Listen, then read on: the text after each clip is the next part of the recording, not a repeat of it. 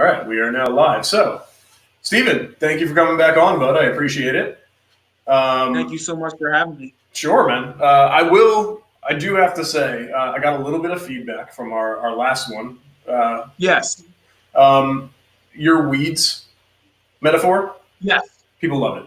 Like, it was awesome. They're just It like, was oh, like, awesome. it makes so much sense. Like, I absolutely love it. Like, blah, blah, blah. So I wanted to let you know that it hit home with some people, and people reached out to me saying, like, yo, I like this. Like, this makes a lot of sense. Like, I want to try to, like, apply this to my training moving forward, blah, blah, blah. So awesome. That's good to hear. Yeah, no, it's always nice to hear that, what you're putting out there makes sense. Yeah. And, like, resonates with people. It resonates, yeah. Yeah, because if it doesn't resonate with anybody, then it's like, all right, this is just for me. All right, that's not really cool. So I wanted to let you know. I loved it as well. Anyway, so you kind of wanted to come on because you had another thing to talk about, right? Yeah. So, I mean, I remember, and I'll start this topic off. Again, my topic is going to be on how to audible, another way to say that, or pivot if you're in the business world, or just if you're a normal human being, just say change on the fly. Yep. How to do all those things in the middle of your own personal workout or while you're training somebody else. And I remember, because I'm, like I said, when I was younger, a younger trainer, hearing somebody say, oh, that person knows how to train, but they don't know how to train the human body. And I remember that stuck out in me, and I was just like, what does that person even mean? Like, that seems like, and so profound. Yeah, so profound. And so I kind of, that's what got me on this path of, I know it kind of sounds like a roundabout way, but of being able to change on the fly. I feel like being able to train the human body is a way of training where you have to audible, you have to pivot, you have to change what you're doing, sometimes in mid-session, sometimes mid-exercise. Yeah. So that's the topic. No, I think that's super important, because not only, like you said, it happens in training or business or life. Like, I can personally attest to education. What I might be doing, like in the gym for like a phys ed class, might work wonderfully for one class, and it might be the absolute wrong way to go about it for another class. Which means I need to not just kind of, well, it worked for this group, so I'm just going to force the issue and just be like, you guys catch up. No, like, if it doesn't work for someone, then you find another way. Exactly. And I'm going to misquote this, but I'm hoping I can at least get the gist of it. I want to say it was a football coach that was saying, like, a plan's only as good as its plan B, right? So, like, what it means is, like, you could have the best plan in the world, but if it doesn't work and you have no backup plan, then you're screwed. Essentially. Very, very true. Yeah. That's very. I think that touches exactly on the point. Yeah. Right. So I think it's super applicable to pretty much any walk of life, and I think this is some good information that you're going to be putting out there. So I am listening with all ears, and I'm super excited to hear what you got to say about it. All right. So again, kind of what I touched on again is what does it mean to train the human body?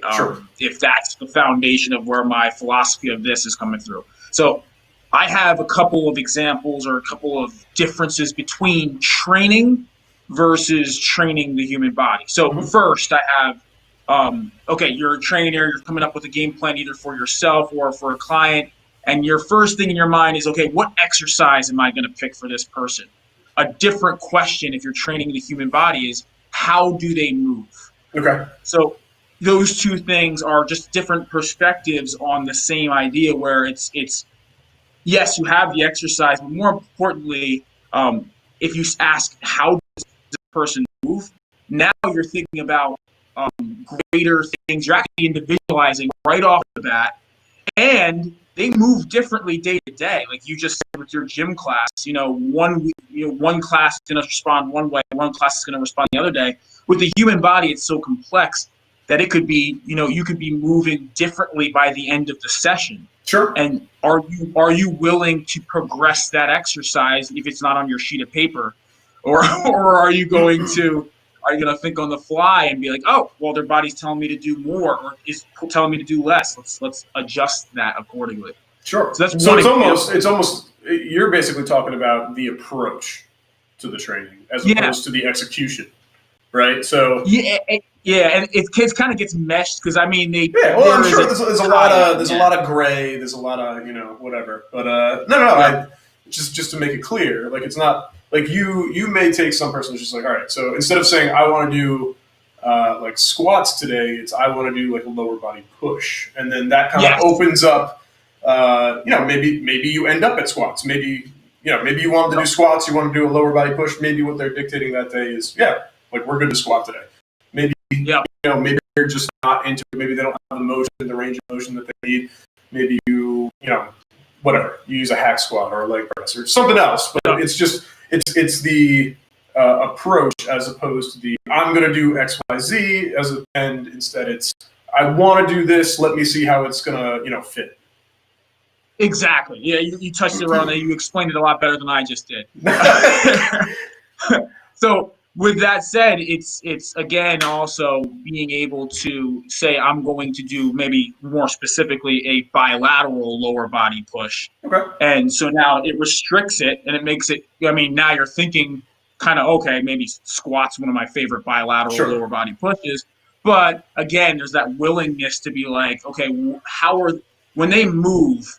I might have to make an adjustment to a different bilateral lower body push or, switch it all together. So that's just having, like you said, the mentality to approach it. Another example is weight reps. So how much weight, how many reps should I give this person as opposed to what is the emotion and mentality of the client this day? Okay. So it kind of goes against a little bit of periodization where, you might be in a different phase. Let's say you're in a hypertrophy phase. So we know that we want to hit a certain amount of reps. Mm-hmm. But if you walk in that day and the person is emotionally overwhelmed, grinding their body with hypertrophy might not be the best approach. Yeah. So there's a willingness, there's a flexibility that, yes, periodization is only as good as the body's able to accept it. So have some flexibility in that. That's another example. Another one is what muscles do I need to train is like kind of how a generic trainer would approach it versus what connective tissue do I need to prep for this person's body. So a lot of times we miss, and this is kind of touching on a little different topic, but we miss that before we can fully develop muscles, the tendons and ligaments have to be ready and strong enough and prepared. And that's huge to kind of, if you're training the human body, you have to take that into consideration. A lot of us will be like, oh, this is chest day. Let's just get it going. And they're not realizing that maybe some of the connective ligaments of bone on bone or the tendon to muscle, tendon muscle to bone or the tendons are not ready for whatever you're willing to give them. So that's just a couple of examples of training the human body. Do you mind just elaborating a little bit on like that, tendon ligament kind of prep stuff, just in case, people have no idea what you're talking about? Exactly. Yeah. So there is actually, and I can find again the name of this person later, but I'm sorry if I keep bending down, it's because the bunnies. I'm petting bunnies. Don't make me laugh. So with tendons and ligaments, it's crucial to know that when you're training for the first time or you're deconditioned, the first thing that gets the stress, primarily the first thing that's going to get the stress is your connective tissue, is your ligaments and tendons. That said, you feel that in the moment.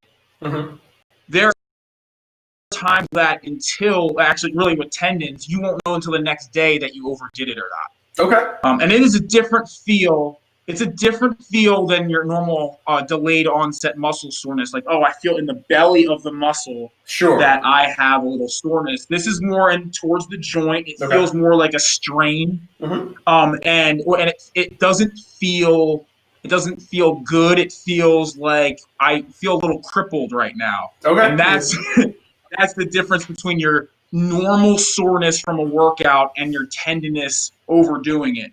So yeah, no, and I think when it's you're good. thinking, Sorry, go ahead. no, you're good. You're good. Keep going. No, I was gonna say I think it's good to be able to differentiate, because I've also talked about being able to differentiate between, like, first of all, like pain and discomfort. And I think it's important for people to be like aware of the different sensations, that their body's going through and that they're experiencing. Very true. I've always been a big preacher of, you have to understand the difference between pain and discomfort, because pain means something is wrong. Discomfort means you're just pushing your body a little bit to, a level that maybe it's not used to. Which is why I've always hated the no pain, no gain slogan. I think it's reckless and stupid and blah, blah, blah. Yep. But no, I think it's super, like, it's very good able to differentiate between, like you said, the muscle soreness that you feel, if you're new to working out and training, and, you lift some weights and you wake up the next morning and it's like, oh my God, like I can't even like touch my head to shampoo my hair.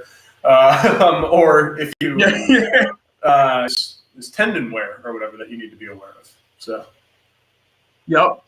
And so it's really crucial when you're a trainer or you're a new person going into a workout, or if you're doing a completely new movement, that would be, you would be deconditioned in that movement, to start out with a tendinous approach, or thinking of, I need to prepare my tendons for the trauma I'm about to put on them in future weeks. Sure. I'm thinking of, so even though I'm a very conditioned person, let's say I do a new exercise, I'm going to approach that as if I'm a deconditioned person, because I don't know what stretch and flexibility each tendon has for that specific movement until I've done it at a easy to medium at most intensity, and then wake up the next morning or in 48 hours, 2 days later, and too much tendinous stuff, I'm ready to go on this now. Yeah, so that's just a way that I feel like trainers will fall through the cracks at just training as opposed to training the human body. And they'll forget that part or skip that part. Definitely. So how would you go into preparing your tendons, with something new? Like, are you just cutting weight? Are you doing like less weight, more reps? Is there a different way that you're going about like a specific exercise? Yeah, so there's going to be things, there's a kind of a multifaceted approach. Sure. I am not just going to reduce intensity. What I'll do first is I'm checking the range of motion. So if usually I'm strapped for time myself, so my test of range of motion will be doing the exercise itself. Is there tension in the bottom? I'm doing it with no weight. Okay, does it feel awkward? If there's an awkwardness to it, my body awareness isn't ready, and most likely my tendons aren't ready for it. Okay. I need to either within that day kind of get to that level. I might be by the end of the day ready for actual sets of weight. Another way I do it is by being extremely conservative in my progression of it. So even though I felt like, I have a lot of energy in the tank for this exercise, the first, second, maybe even third day that I do the exercise, I'm not going to be a hero on it. I'm going to pick other exercises my body's more used to be a hero on. And then after my body's proven after two or three times of doing it, now I'm ready to start to gradually progress and see if I'm ready to go. Again, that's go about training the tendon. Yeah. But then again, you're waking up next morning and having the body awareness and the ability, the awareness in general to remember and be like, okay, let's see how my calves feel. Oh, okay, there's a little extra strain there. It's probably good that I did body weight that day instead of, going with what weight I thought I could hit with like 300 pounds on my calf raise or whatever. So that is an idea of approach of training the tendons. And again, it's very simple. It's just take it easy on new exercises. That boils it down right? to. I love when things are simple. And again, also what it boils down to is people need patience. And that's like the biggest trap that I would say people tend to fall into is they want results. They want it now. They want it yesterday. So they just dive right back in. And it could happen with people like you and me. Like, let's say, maybe you come down with some sort of injury or illness or whatever, and you haven't trained for, let's say, a month. you can't just hop back in to where you were a month ago. You need to, Exactly. take a couple sessions, be a little patient, ease back into it. Your body's going to adjust and it's going to adapt. Very true. You need to give it the time to do so. You can't just pick up where you left off. Very true. Yep. And something that's kind of an example in my personal workouts where I have used this, because a lot of times people are always like, oh, well, this, of course you would say this because you're so strong, you don't have to deal with all that. Like, no, listen. Constantly, my body is going through changes. I'm just a little more aware, Sure. and I catch it usually before it becomes a full-blown thing. So, example here is going to be I do the knees over toes squats like I talked to you about last time, right? Yeah. So with the knees over toes squats, I'm progressing. I'm progressing pretty slowly and very methodically. And to an outside person, they'd be like, wow, he's really patient and he's doing this right. I get to a certain level on it where all of a sudden I start to feel an instability in my fibula, which is the outside bone of the lower leg. And I'm like, oh, well, that doesn't feel like a thing that should be happening. That's not good. And it's no pain. Yeah, there's no pain. Yeah, it feels wrong. Yeah, feels wrong, feels a little different than the other side. So that's my first thing, like, okay, I know it happens when I do these. Let's look at this exercise. So there's the combination of common sense and now a little bit of advanced knowledge where I research and I say, okay, what are issues that can happen to the fibula, which is closer to the body, or proximal fibula connected to the tibia, which is all fancy words for just those bones that connect in the side of your lower leg. And I look it up, and sure enough, when you're flexing the knees out and in external rotation, and you do that enough times, you can overstretch the ligament there, which means my ligament on my right side was not ready for the small little step I took. Sure. And being understanding and not be like, oh, now I'm going to get weaker because I'm going to go back and wait. No, I'm going to reduce range of motion, get my tendons stronger in a smaller range of motion, and then progress back down. And if it comes again, then I have to maybe readdress again and come up with a different game plan. So there's an example of my own personal life where something could have been really bad. I could have had a dislocation of the fibula if I just kept going. Just push through, yeah. No, it's good. It's always good to, again, it's better. It's beneficial when you're in our position, and we've been training for so long, not only with clients but also with ourselves. We're able to recognize like the little things. Yeah. Where it's just like, oh, you squat one way, oh, something didn't quite feel right. Let me go reassess. Blah blah blah. Not everyone is able to do that right. Definitely not right away, but and I think that's it is beneficial for people to to take the time and become more aware of everything that they're feeling. And again, not just rush into something because, it's beach season in 2 months and I haven't touched the weight since, February. And What was the post that you gave? Was it around January 1st? If you haven't been in the gym, you shouldn't make getting fit. Well, yeah. So it was obviously, I'm never gonna, rag on someone whose goal is to be healthier and more fit. It's obviously a wonderful thing. But the point of that post was like, if you haven't touched a weight in like 6 months, or if you haven't been to the gym or done anything kind of health fitness related in 6 months, like your New Year's resolution should not be like a total body overhaul of what you are as opposed to where you want to be. Like you have to start with step one. And step one might be just going to the gym 2 days a week for 30 minutes. Like if you're going 2 days a week for 30 minutes and the previous 6 months you've never stepped foot into a gym, like that's an accomplishment. That's progress. Yeah. And the same thing here. It's like if you're working on, trying to get to full depth on your squat, with your knees over your toes and all that stuff, and maybe you go down and you're trying to hit depth and you feel something a little off, and then you stop. You reassess. All right, well, what happened there? What went wrong? How can I change it? How can I make it better? How can I get stronger? So now, in the future, I don't set myself up for failure or injury or whatever, that kind of thing. Exactly. I know with my clients on that note, with the same mentality of not with form like we're talking about, where you're squatting, the consistency, but also with, like I was saying, with your thoughts on, if you haven't touched weight in 6 months, don't make a full workout regimen your resolution.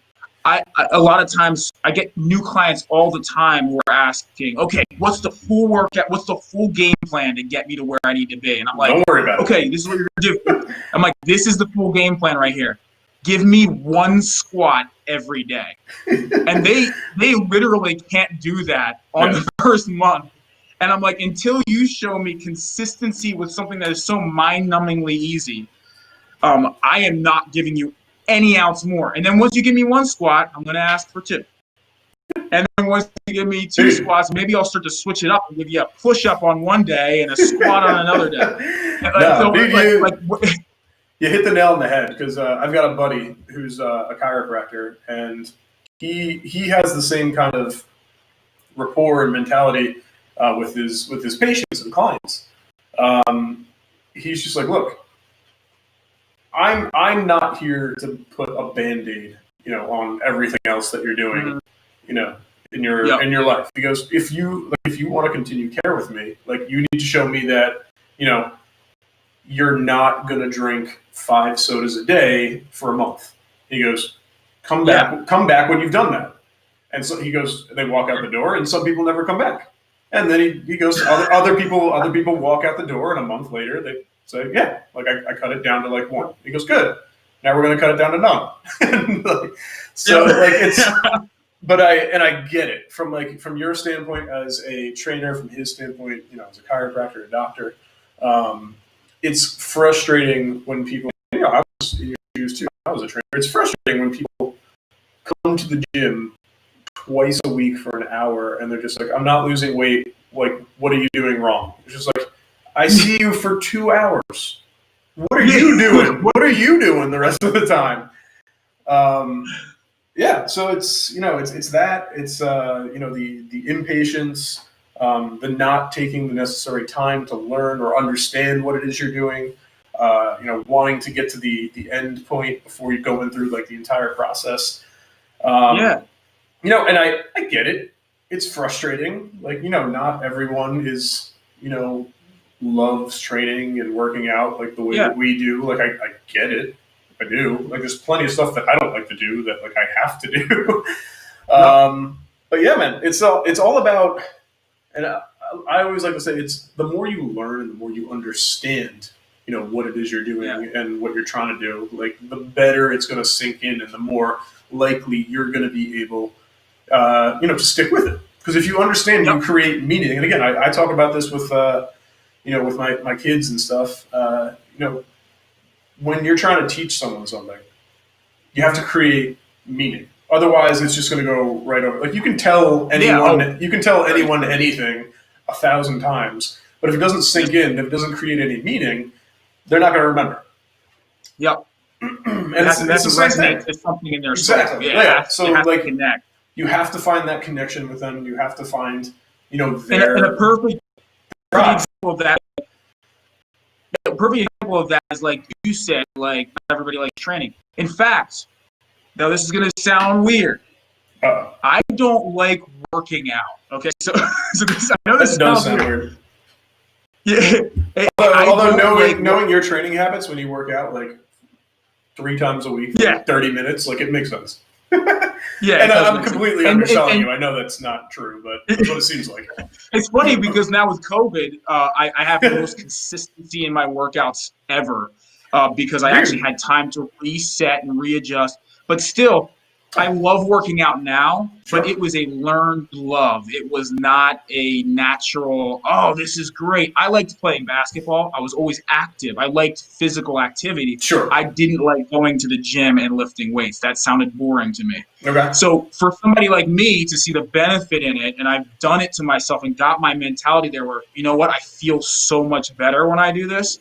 And now I want to give that to other people. You don't have to like it. Yeah. But you want to be able to live without pain, then it's kind of really important. It's kind of necessary. No one's saying you have to be able to, squat 300 or 400 pounds or bench press, 200-300 pounds. No one's saying that, but you do have to have some sort of activity and, strenuous activity and, muscle building and that kind of stuff. Otherwise, gravity bullies you. Sure does. Yep. I wanted to kind of touch on the facts at the end of my training humans topic. Mm-hmm. I find that strength and conditioning, people and the industry in general, sure, that it prioritizes performance goals, like we talked about last time, over efficiency. And I think this is one of the issues, is that they don't train. They don't train humans. They train, and they know the concepts and the science. But there's an individual in front of you who's different than any other individual, and you need to be able to adjust to them. And so that brings me into this topic of finally intentionally being able to automate. That was a big prerequisite introduction. You had to lead into it. I like it. Yep. So with intentionally being able to audible, pivot, or adjust on the fly, I have two simple principles. And the first simple principle is, when do you change? When do you make the change? And that, I have two big words for that. You change either retroactively or proactively, beforehand or after the fact. Sure. It is, as a new trainer, it is very easy to change after the fact, and sometimes people even struggle with that. Like I still do sometimes. Sure. Because you're like, I want them to be able to do this, but why can't you do this?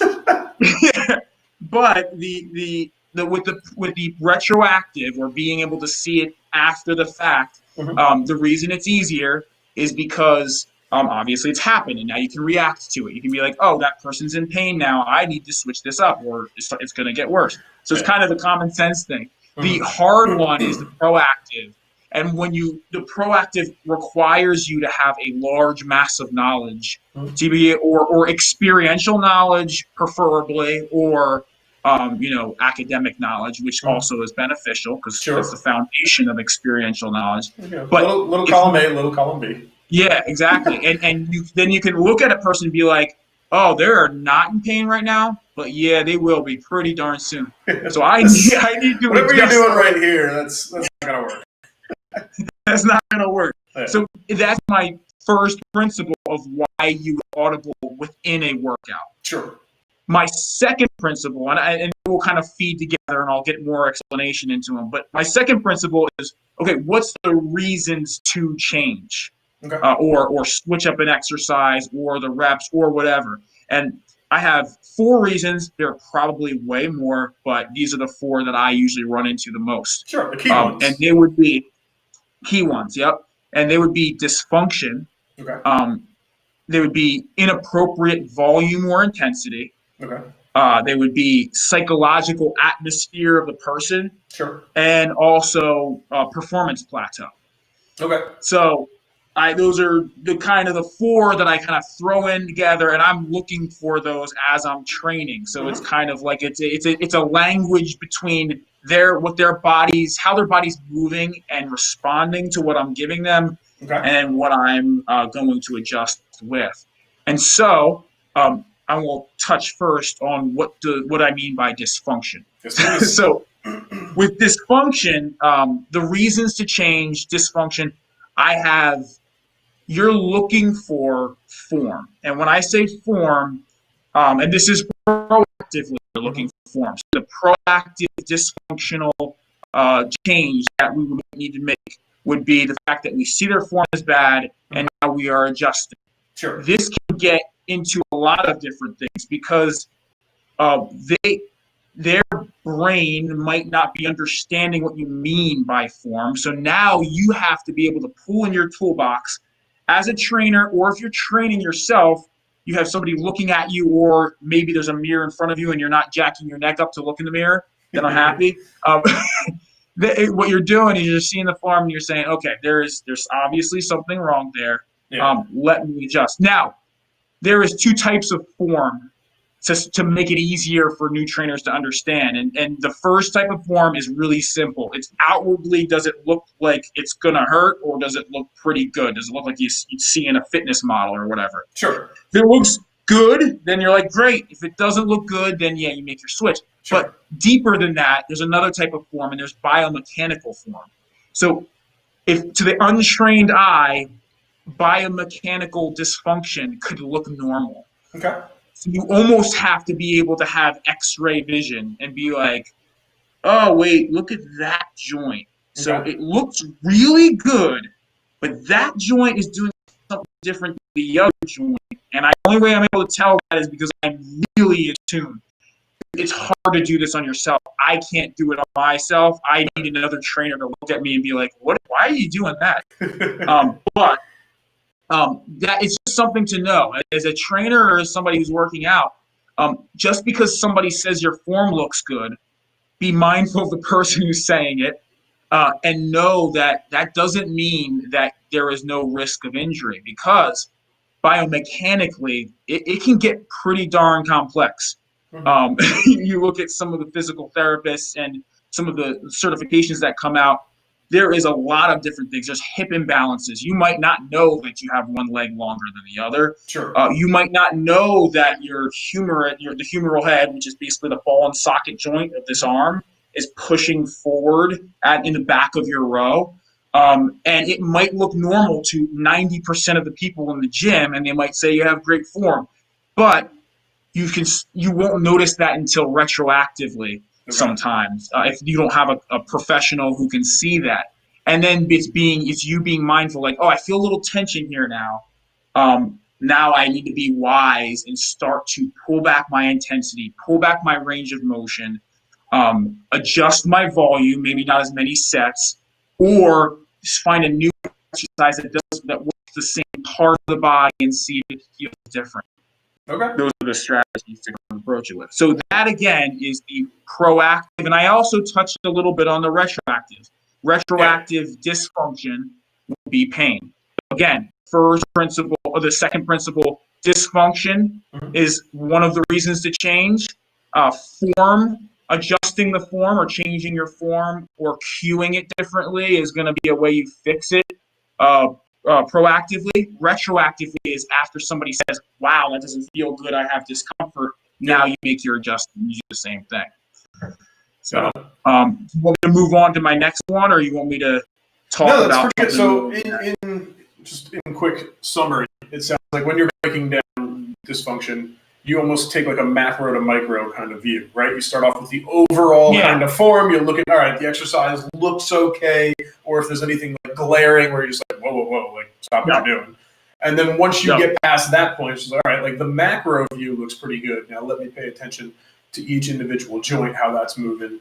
And that way I can make sure that, everything's kind of functioning in unison, as opposed to, maybe something's, tweaking out a little bit on this side as opposed to this side, that kind of thing. So it's exactly. A lot to pay attention to, man. It is. The beauty of, I think, everything, like, we're always, like I said, we're always trying to move to simplicity.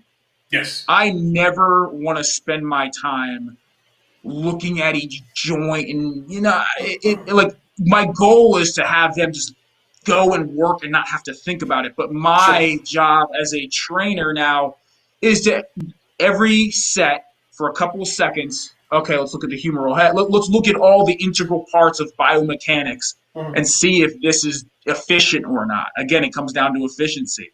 Yeah. And I like how you broke it down hierarchically. Yeah. Goal number one: global issues. They need to be fixed, and you only have the benefit of fixing the smaller ones once the global big ones are gone. So, and the good thing is most trainers are pretty good at fixing those big global issues. I hope so. I would hope so too. Yeah, I'm giving a lot of credit, but I think it's due. All right. So then, step two, or step two is another second reason to change would be appropriate volume and intensity. And again, this comes into diving in. Okay, prepping tendons would be a proactive thing. So now I'm intentionally going into this session being like, I don't know if this is completely new to them, but I'm going to approach this like their tendons aren't ready for this. Sure. So that means the client, as a trainer, this is tough because the client's going to say on an easy, medium, hard scale, oh, this is too easy. So now you have a couple choices. If you're confident, you can go in there and explain very simplistically, oh, well, you know what? I'm making sure you don't have pain the next day. If you prove to me you don't have pain the next day, we're good to go. Or if you're really one of those trainers that takes that as a pride hit, then you just throw some cardio on it and you make them feel tired. I don't know. Yeah. But there's different strategies of making them feel like they're working hard, even while you're prepping your tendons. Without overdoing it day one, basically, right? Yeah, exactly. Yeah. So one of my strategies is maybe adding a little conditioning in so that they're feeling like they're working. I'm prepping their tendons. Once they prove to me that they don't have all these weird sorenesses the next day that are in the joints, then I'm good to go. Sure. And then be retroactive or looking if something happens wrong. The person feels like it is really hard, and obviously we can see that pretty clearly. Or they are the next day, they don't have that tendon soreness, and they felt like they didn't work out that hard. Mm-hmm. Now I make my adjustment. Sometimes in the moment itself, you can also tell, like, okay, their form looks spectacular. Sure. They haven't never done this move, and their intensity they're saying isn't easy, and they're looking at me like I'm absolutely crazy. I think I can move up. I think it's pretty safe. Yeah. Let's push them. And then I always fall off the horse on one way or the other way. So there's going to be occasions where I push a little too far. Oh, now I make my adjustment. It's not a perfect science with that. Yeah. So a lot of it has to pass the sniff test. Like if you're there and it looks like everything's, if everything's going wonderfully, like they've nailed down the form, they're moving the weight easily, efficiently. There's no reason to hold them back just because maybe it's day one. Maybe their day one is at a different level than someone else's day one. And we were just talking. Everyone's an individual, so it's all different and relative depending on the person. Very true. Yeah, man. So far. Yep. I'm picking up what you're putting down. Awesome. Now we have the psychological atmosphere as the third step, and this is the third reason why you would change. And again, this gets a little more not really complicated. It's interesting.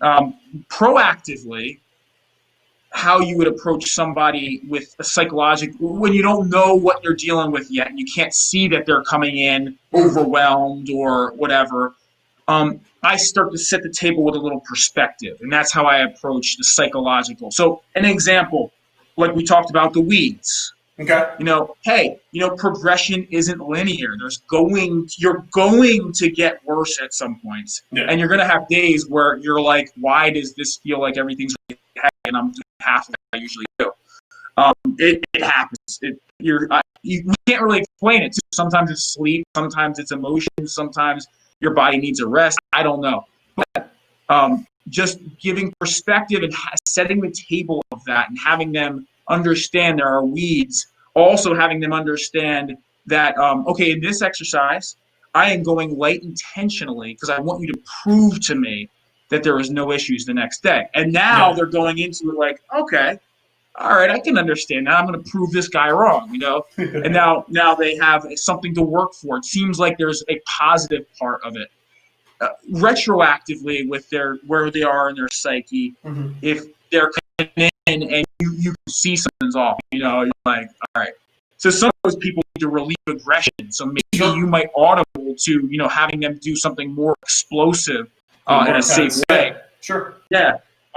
Or you might see that they're overwhelmed and they're exacerbated. That means that maybe now we're pulling back, and I'm giving them things that still make them feel like they're working, but maybe it's more movement based and repetitive. And now they're like, wow, this shouldn't feel that hard, but they're still working, and they don't have to, or things they don't have to think that much on. Sure. If I'm adding in an exercise like a squat and it's too much for them to think about where their form is, I might take that out and I might go to a leg press. Sure. And now they don't have to think about it. They're still getting their workout in. It's not like I'm going to live at the leg press, but it's just something for where they're at that day. Today, yeah. And I think people don't necessarily understand the fact that training doesn't happen in a bubble. Like again, I've had clients who I keep track of everything that they're doing, week to week, day to day, session to session, blah, blah, blah. And, they usually have an idea of where they're at. So, like, let's say we're bench pressing or whatever, and, we're trying to weight that they handled pretty well last time, but I want to see them do it again. Maybe this week they're struggling. And they're just like, yeah, I did this last week. Like, what the hell happened? Blah, blah, blah. And so, like, well, my first question is, how'd you sleep last night? And, if they're just like, I didn't sleep, I was just like, there you go. If they're just like, I slept fine, I was like, oh, well, how was work? Oh, I had a really uncomfortable conversation with my boss. There you go. Like, none of these things happen in a bubble. Like, there's a few rare breeds that can, like, walk into the gym and just turn everything off. Compartmentalize and those rare breeds, may have their own issues if they're not able to acknowledge everything else that's happening, in their lives anyway. But I think it's, again, I'm not blaming people for not recognizing that this is a thing, because if you were never taught this, like, why would you know? But I also, again, it's one of those things. It's one of those, like, light bulb moments where you tell someone just like, like, none of this all happens in a bubble. Like, what you did yesterday, what you ate today, how you're feeling, blah, blah, blah, your conversations at work, like, it all builds up and it affects you in different ways. Oh, and, yeah. Yeah, no, and, like, it's just, again, it's one of those things that people don't necessarily think about or understand. And, again, it's a beneficial thing for people to know. Yep, it's when you're training yourself, when you're training, you have a human body. Like you said, it's not in a bubble. You're training another person. You're training a human body, and a human body has a mind. It has a soul. You got a lot of other factors, and your physical output or performance is just one small aspect that is diluted by everything else. So, that's a lot of times when you're learning training basics, they can't teach you that because it's really complicated.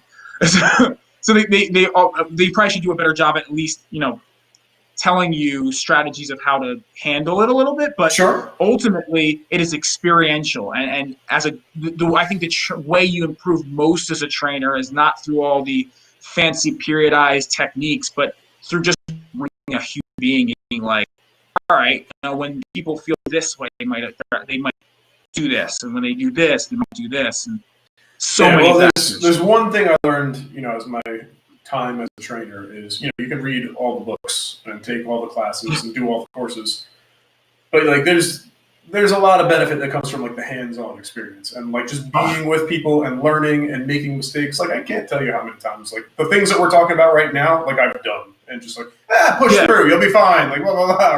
Or they're just like, oh, I feel good, like, I want to do it. And, like, me in the position of power in that sense should have been like, no, like, we're not ready. But, again, especially when you're young or new, you want to impress people, you want to, you want people to get their money's worth, so you're inclined to just be like, oh, okay. Like, all these things I'm talking about, the only reason I learned them is because I made so many mistakes on them over and over again. You and me both. So, and the biggest thing with training the human body, I think, is that you have to be willing, again, to have ultimate patience. You have to be willing to see goals in things that don't mean like they feel like they really have goals. So, like, a lot of people can't get in their heads, oh, if I'm more efficient, I got stronger technically. They would be like, I just pushed around, I just put my knees here, and I just sat there, and it felt okay. But they didn't feel like they really worked that hard. Getting efficient, getting strong, and even in endurance and things like that are absolutely crucial. Now, I want to touch on my fourth point, and that's performance plateaus. And this is a little more in the I think this is one of my weakest points. So you interject whenever you would like. But I'm sure you'll be fine. I think proactively, if there's a performance plateau, I am looking at potentially hundreds of different things. This is more of your traditional strength and conditioning stuff. Using muscle activations, intentionally switching up exercises. Periodization itself is all proactive ways to break plateaus versus if it's a retroactive issue, I'm in the middle of a set and all of a sudden I notice that, okay, you know what, I'm staying at the same weight every week. I might, in the moment of the exercise, use a negative set or a drop set, Mm-hmm. or a couple extra reps with assistance, whatever, to break some of those things. And that's just one of the hundreds of examples, I believe, for that Yeah, type of thing. that's a tough one because it is very general, and there's Yeah. a thousand million different things that could potentially set up. I think you even put a post out there I of some of did. those things, and I Yeah, was like, yeah. I like two of them I didn't know. I was like, oh snap! Let me look this up real quick. Yeah, dude. Because again, there's so many different factors that could play into it. I mean, it could be just we've hit this block and we need to change something up. Whether it's changing the sets and reps or whatever, just a change. Yep. Maybe it's mental fatigue. Maybe they're just not into it anymore, and you Yep. need to find a different way to get them more engaged. Because especially when it comes to lifting weights, man, like if you're not into it, like you're not like at the sake of repeating myself, like if you're not into it, like you're not into it, and you're not going to give it what it needs, and you're not going to get any better. So yeah, and that's why like I'm personally not a big fan of like the constant switching and like the muscle confusion stuff because I don't believe that's a thing. But I also understand for the sake of keeping the average person's interest, like having variation. Because the average person, like I am again taking. I can only speak for myself because I am only myself. But taking myself as an example, I'm perfectly fine. Like with the same, like I'll have the same training program for like 6 months and be like, this is what I'm doing, and I'm going to power through it and blah blah blah. Because my general philosophy is, if I want to get better at squatting, I have to squat. Like obviously there's extraneous situations, blah blah blah. But if I'm not feeling well one day, maybe I'll go lighter, or I'll change like the variation, like front squat, back squat, whatever. But again, at the end of the day, like if you want to, and I like to use this like metaphor, like if you want to play the piano, like you play the piano, like you're not going to play the guitar to get better at the piano, like you're not going to play the flute to get, like you're not going to draw to get. So if you want to get better at something, like you have to do it. So I'm one of those people who's, call it stubborn, motivated, whatever adjective you choose to insert there, where this is the training program I'm doing for 6 months, 8 months, however much. Like I'm just gonna do it, and I don't care doing the same thing week in, week out, getting better and incremental kind of like that's where I'm at now. Like, and you actually touched on it in the last point was, I'm not training for numbers anymore. I'm training for efficiency. Like to me, getting stronger is being able to move the same weight that I moved last week a little bit easier or a little bit better. Yes, that's a great point. So and again, it all boils down to like your goals or what you're training for, blah blah blah. But yeah, no. So I feel like I just kind of went off on a little tangent there, but generally. There was a point that I had that kind of led into that. Since you went off on that, it actually helped. Yeah. I wanted to touch on the fact that the only reasons I find I'm kind of the same. Like I like simplicity. My goal in my workouts, whether I'm training somebody else or training myself, is simplicity, which means I like using basically the same exercises I know that work, which are there's squats, there's lunges, it's very simple and basic. And the only reason I kind of vary from them is because of two things. One that I can remember right now, so I'll say one thing. And that is wear and tear on the joint. So if there is a specific pattern that is over pattern, even though I don't want to, like I love just going in, doing squat, then hitting my RDL, and then hitting a couple accessories, and then going home, and I'm thrilled because I feel the pump. I got it. I'm good. I'm out. But every once in a while, I'm like, you know what? I need to hit a different pattern, or else you can wear the tendons in that certain pattern. So it's annoying to me, but I will occasionally, and I'm not really good at this at all. I should be better at this. Occasionally be like, all right, now I'm going to take a little break from the squat for a week and hit this, and Okay. I'll have to get my strength that way. That way, my body has a different stimulus. I also might change positioning of my feet with the squat, which means now I have to go lighter, and then I Sure. have to think about different aspects. And there is pros and cons to everything. So with the pros of staying simple and not changing is that you get stronger, you get better. There is a intentionality to it. The cons are the wear on the ligaments.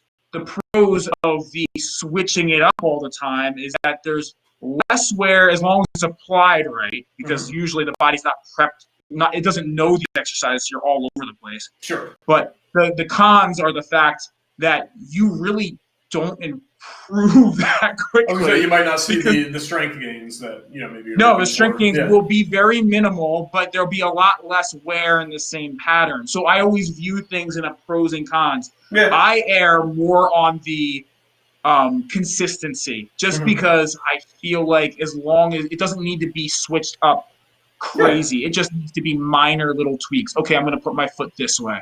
Yeah. And your pattern is different.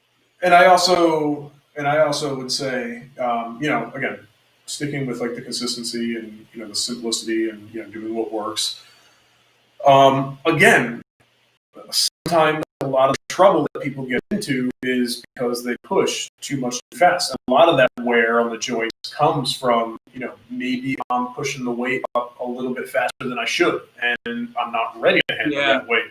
So if I'm not ready to handle the weight, then I'm probably not executing the movement as efficiently as I could be, which means I have to overcompensate somewhere along that chain of movement, and it's probably putting stress on something that isn't ready for that stress. That's a very good point. Yep. So your theory in that is that the wear might be caused less by the same pattern and more by the inefficiency.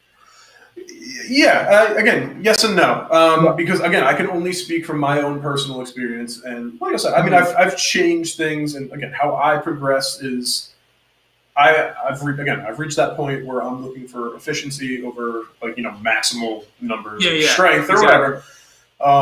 So like when I progress in any exercise, any weight, like I used to do it where let's say I was doing just take a squat, 3 sets of 8. Like if I hit 3 sets of 8, one time, I would put a little star next to it, so I knew I hit it once. Okay.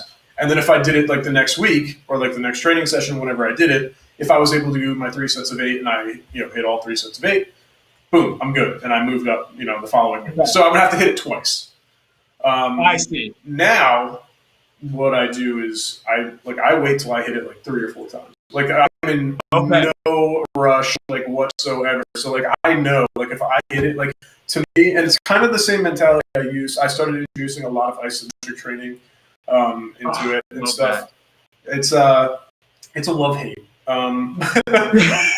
But what I did was, so I've actually, you might actually get a kick out of this. I've built myself up to where I hold a split squat for 5 minutes. Beautiful. And I started I started doing this last probably close to a year. And I started doing it for a minute. That was my starting point. So again, the same way I progressed with the weights is the same way I progressed with the isometrics, which is, I wait till I know that every time I'm going in that split squat, I'm going to knock out a minute. There's no question in my mind. I'm not going to fail. It's not going to be a race to the finish. I know I'm going to, sit into that split squat, and that timer's going to go off a minute later, and I'm going to stand back up. So that's how I would do it. And I would wait until I got to that mentality at that point. And then I'd do it for 2. And then I'd wait until, I knew every time I was going to that split squat, I was knocking it out for 2 minutes. And then 3, and then 4, and now I'm at 5. And I don't think I'm going to go any higher than 5 minutes just for time's sake. That's 10 minutes of split squats right there, plus a minute or 2 in between. So for the sake of my own time, I'm done there. But I've reached that point where I know every time I might shake a little bit that last minute. But every time I'm getting in that split squat, I'm not coming up until that timer goes off 5 minutes later. And that's kind of the same approach I take now with weight training. It's not like a race to the finish for me. It's not me like trying to grind out that last 7th, 8th rep of squat or bench or whatever exercise. Like to me, like I only progress when I know like I'm gonna like lay down.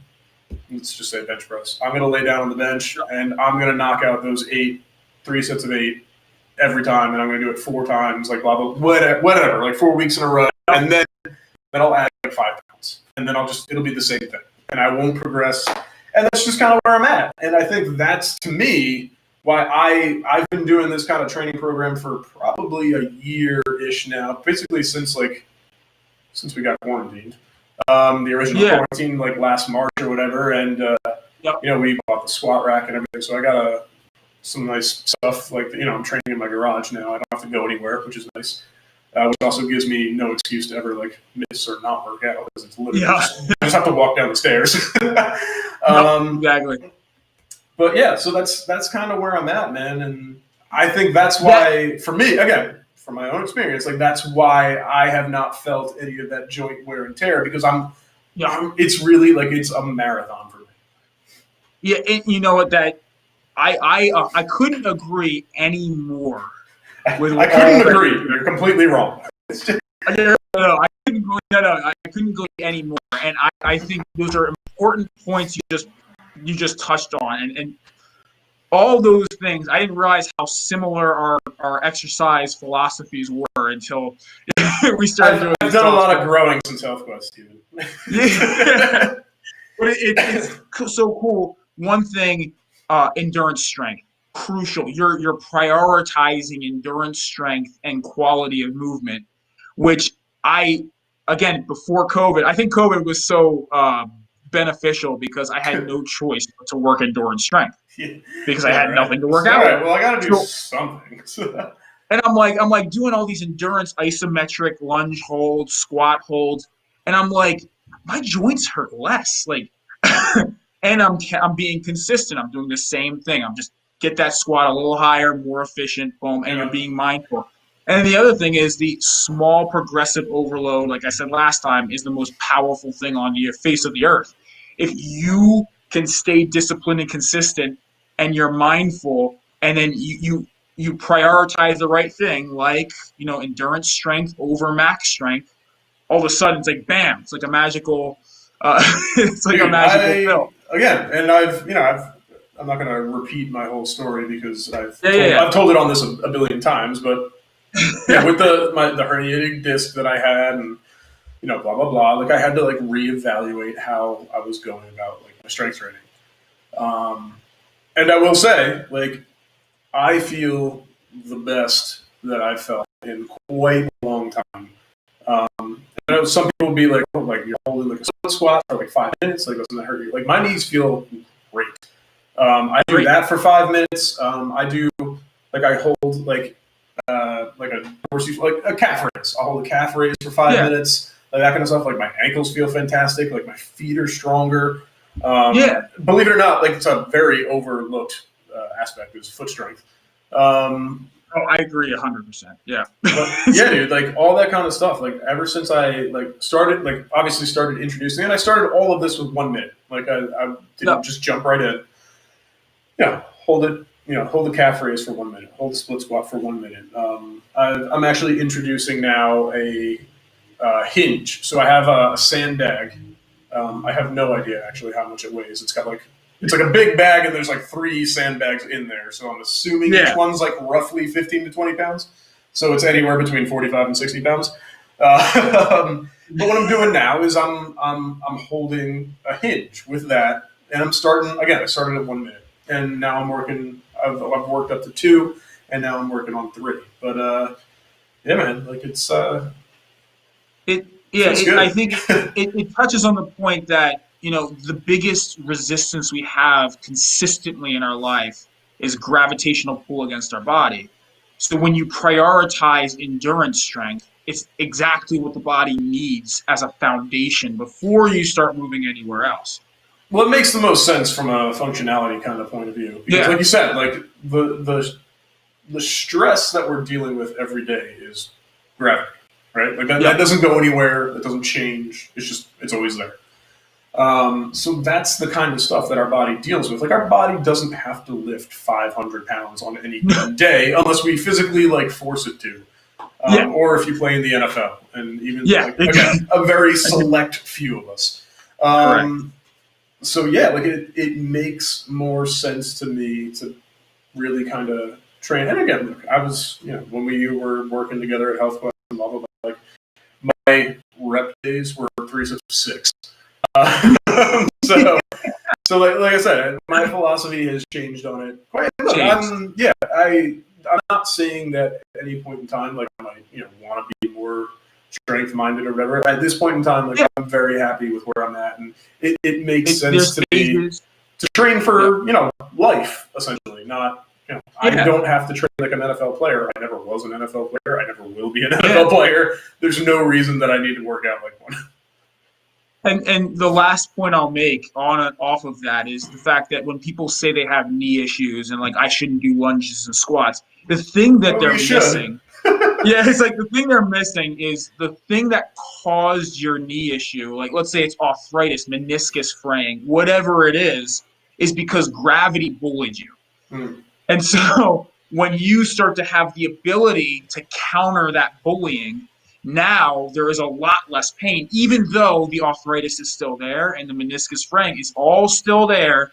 But now your joint has the ability to finally move efficiently because you have the endurance strength to put it where you need to put it in certain situations. And that's something that I wish more people would realize. Like, when something hurts, it's usually due to a lack of strength and control. The root of the issue is that. Now it's my turn. I could not agree more. So, picking up what you're putting down, my friend. Exactly. Dude, a solid hour and 10 minutes. Wow, I could talk too much. Nonsense. It's fantastic as always. So I will let you go and enjoy your Saturday. Saturday, right? Yeah. Enjoy your Saturday with your family and buddies. I had no idea you had bunnies, by the way. Oh man, I have bunnies. It's like we're not next to me right now. No, of course. Now when I want to see them, I would pick them up. I said I would pick them up, but they'll jump on the camera and stuff. That's fine. Yeah, we don't want to break anything. But as always, man, I appreciate you coming on. This is always a blast for me, and I always feel like I learn something new when I'm talking to you, and if I'm learning something, then I'm sure whoever else cares to watch is learning something as well. So awesome. I appreciate you. Thanks for coming on, man, and safe. Thanks so much. Take it easy, man.